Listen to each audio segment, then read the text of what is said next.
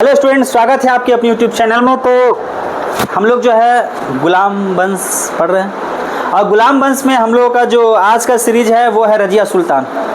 रजिया सुल्तान भारत की पहली महिला शासिका, भारत की पहली महिला शासिका,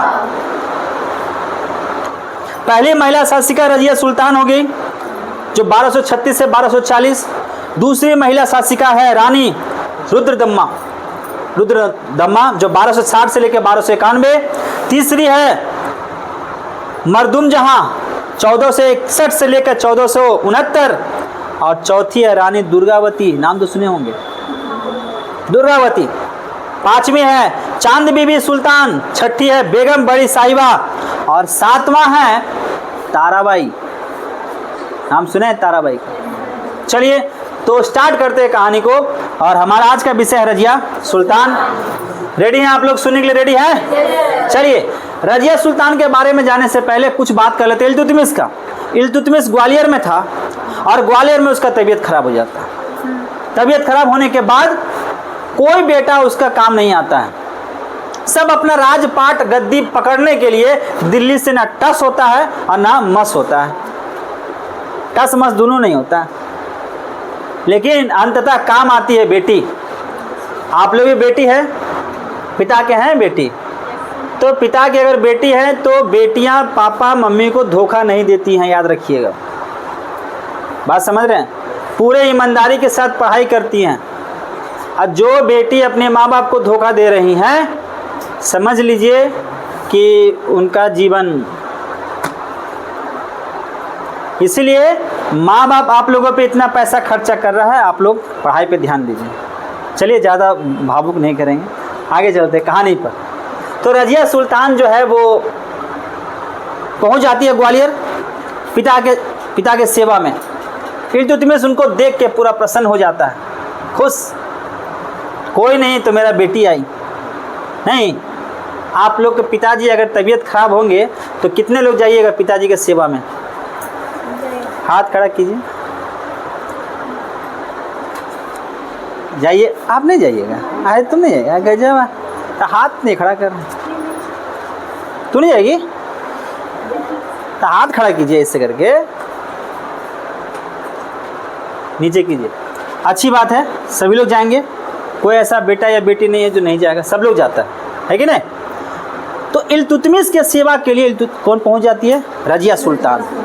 रजिया सुल्तान सेवा करती है अपने पिता का, और पिता उनका वहीं से आदेश जारी करते हैं कि मेरा अगला उत्तराधिकारी अगर कोई है तो वो है रजिया सुल्तान, भारत की पहली महिला शासिका।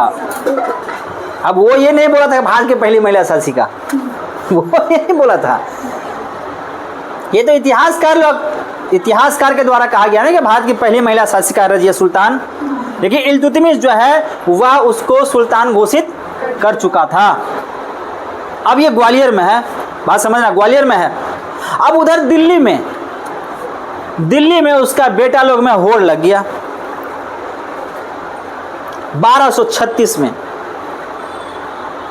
ध्यान से सुनना, रजिया जाने से पहले हम लोग को चलना पड़ेगा ना दिल्ली। अब दिल्ली में 1236 में उसका बेटा इल्तुतमिश का मृत्यु हो गया। अब इल्तुतमिश तो घोषित किया था रजिया सुल्तान को कि हमारा जो उत्तराधिकारी होगा वो होगा कौन? रजिया सुल्तान। अब ये बात पहुंच जाता है किसके पास? तो दिल्ली में वही चालीसा के पास, यानी कि तुर्क सरदारों का जो समूह था ना, जिसको कहते थे हम लोग क्या, किंग मेकर चालीसा। उसको जब ये बात पता चलता है कि इल्तुतमिश जो है रजिया को सुल्तान घोषित कर दिया, अब इन लोग कहता है कि भाई एक लड़की, मतलब अब हम लोग काम करने वाले हैं एक लड़की के अंडर में ना, ये नहीं होगा। ये आनन फानन में क्या करता है, रुकनुद्दीन फिरोज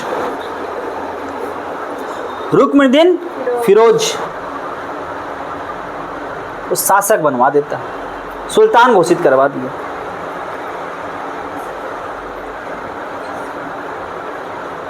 बात समझिए।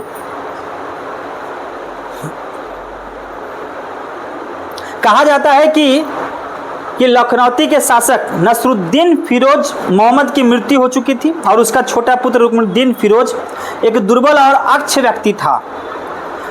तुर्क अमीर एक स्त्री को राज करते हुए देखना पसंद नहीं करना चाहते थे, इसीलिए इन्होंने तुर्क अमीरों ने फिरोज शाह की माता शाह तुर्कान और उनके अक्तदारों के षड्यंत्र कर रुकनुद्दीन फिरोज को 1236 में सुल्तान बना दिया। बैठ जा गद्दी में। 1236 अरे 1236 एक दूसरे से मारा। ग्वालियर में कौन है? सुल्तान घोषित हो चुका है इनके बारे में कि ये सुल्तान बनेगी, लेकिन तुर्क लोग क्या चाह रहा था कि हम लोग लड़की के अंदर में काम नहीं करेंगे। रे भाई, अपने शान के खिलाफ है कि औरत के नीचे काम करेंगे, सवाल उठता है। आनन फानन में जो है ये लोग किसको बना दिया? रुकनुद्दीन फिरोज को बना दिया 1236 में। और रुकनुद्दीन फिरोज का जो हैंडल करने वाली थी उनकी माता, उनका नाम था का शाह तुर्कान, ये हैंडल करती थी। ठीक है, हैंडल करती थी। अब रजिया सुल्तान चोरी छिपे छुप के चाहते थे किसी भी तरह से इसको उखाड़ के फेंके। तो रजिया सुल्तान का कालखंड बता रहे आपको बहुत कम समय का, 1236 से लेकर 1240 तक ही है। अब रजिया सुल्तान जो है पहुंचती है कहाँ? जो उस वक्त पहुंचती है दिल्ली में एक मस्जिद में, जहां जिस वक्त नमाज पढ़ा जा रहा था। नमाज पढ़ते हुए जब सब लोग इकट्ठा होते हैं तो रजिया सुल्तान लाल वस्त्र, अब लाल वस्त्र किसका प्रतीक था? इल्तुतमिश के द्वारा न्याय का प्रतीक था ना। तो लाल वस्त्र पहनकर पहुंचती है लोगों के पास और हाथ जोड़कर विनती करती हैं कि आप हमें समर्थन दें, हमारे पिता ने मुझे सुल्तान घोषित किया है, मुझे मौका दें। क्या एक स्त्री राज्य नहीं चला सकती है? हाँ, लोगों को अपने अधीन की, लोगों को समझाया कि जब मुझे सौंपा गया है सत्ता तो फिर ये रुकनुद्दीन फिरोज क्यों बैठा हुआ है।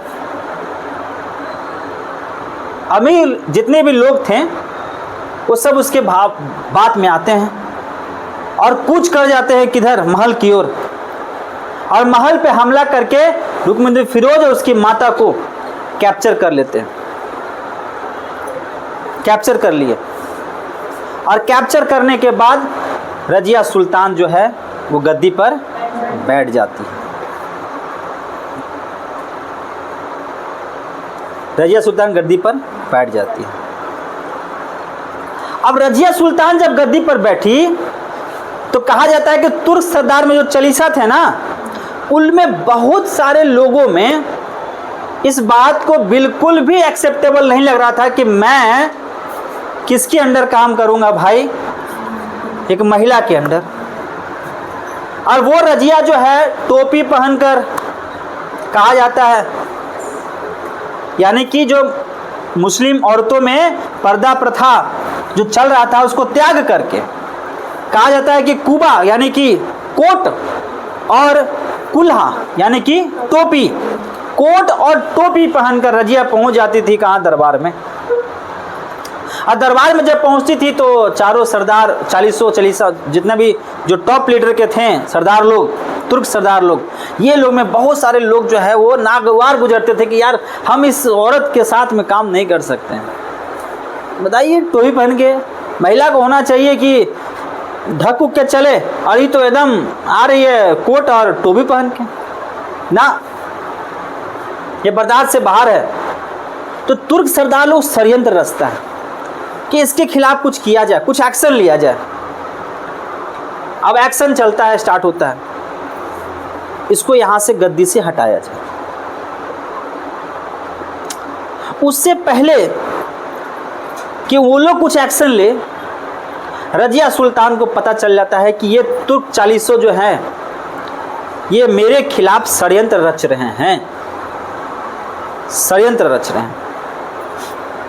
अब षड्यंत्र रच रहा है, रजिया सुल्तान को ये बात पता चलता है तो रजिया सुल्तान क्या करती है, तो तुर्क सरदार के समूह पे, तुर्क सरदारों के समूह पे हमला कर देती, हमला कर देती, बहुत सारा नुकसान होता है।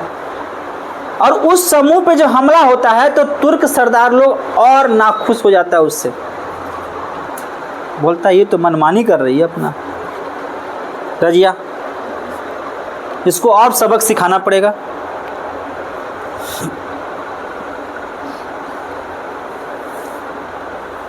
बात समझ रहे, सबक सिखाना पड़ेगा। कहा जाता है कि लाहौर और सरहिंद में विद्रोह भड़क उठा था और उसने खुद सेना लेकर, कौन, रजिया सुल्तान, लाहौर की तरफ चल पड़ी थी और सरहिंद की तरफ बढ़ी। लेकिन उस समय में उसके जो रजिया सुल्तान का जो खेमा था उसमें भगदड़ जैसा मच गया था, मतलब उसके बहुत सारे लोग उसके खिलाफ थे, बहुत सारे ये थे। लेकिन एक नाम याद आता है, याकूत खां। याकूत खां, ये याकूत खां कौन था इसके बारे में सुन लीजिए। ये याकूत खां, जैसे कि आप से थोड़ा पीछे चलते हैं, रजिया जब पूरा सत्ता संभाल रही थी तो जो 40 सरदार थे ना, ये चाहते थे किसी भी तरह इसका छवि को गिराया जाए, धूमिल किया जाए। और छवि को गिराने का सबसे अच्छा तरीका है कि उसको किसी भी तरह से किसी भी चीज़ को लेकर बदनाम किया जाए, बदनाम किया जाए।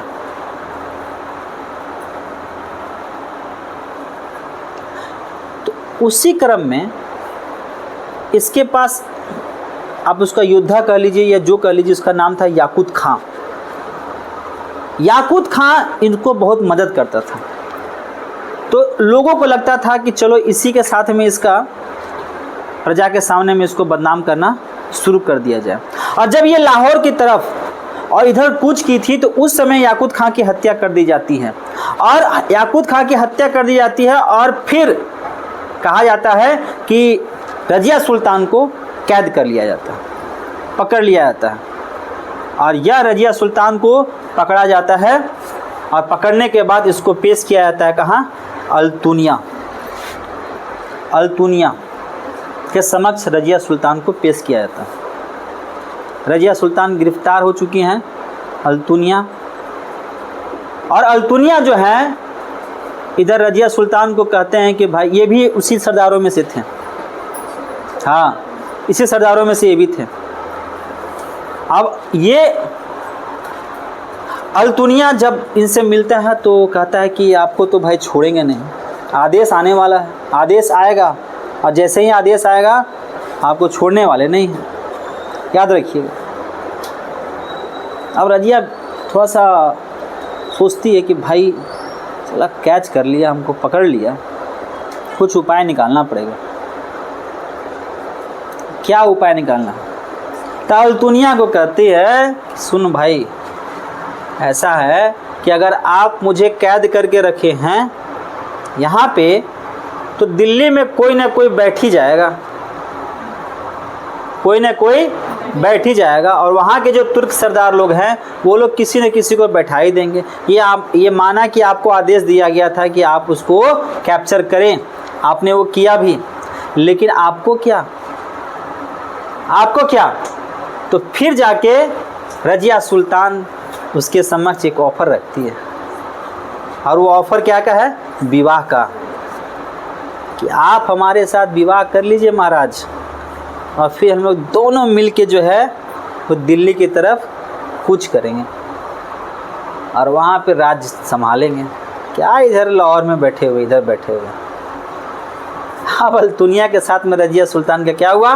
विवाह होता है, और विवाह होने के बाद अल्तुनिया को अपने पक्ष में करके वह जो है पहुँचती है दिल्ली की तरफ, कूच करती है, और कूच करने के ध्यान में वो पहुँचती है भिटंडा, और भिटंडा की ओर जाने के क्रम में वो वापस पहुँचती है कहाँ? कैथल। और कैथल में दुर्भाग्यवश जो है 13 अक्टूबर 1240 को रजिया सुल्तान और अल्तुनिया की हत्या कर दी जाती है डाकुओं के द्वारा। तो इस प्रकार से रजिया सुल्तान की क्या हो जाती है? मृत्यु हो जाती है। ठीक है, तो ये आपका रजिया सुल्तान था जो 1240 में ख़त्म हो चुकी है, और आगे चलेंगे कल हम लोग लेकर। ठीक है, समझ में आया कहानी? थोड़ा सा होच पोच लगा होगा बट फिर भी समझ में आया। चलिए कल मिलते हैं हम लोग।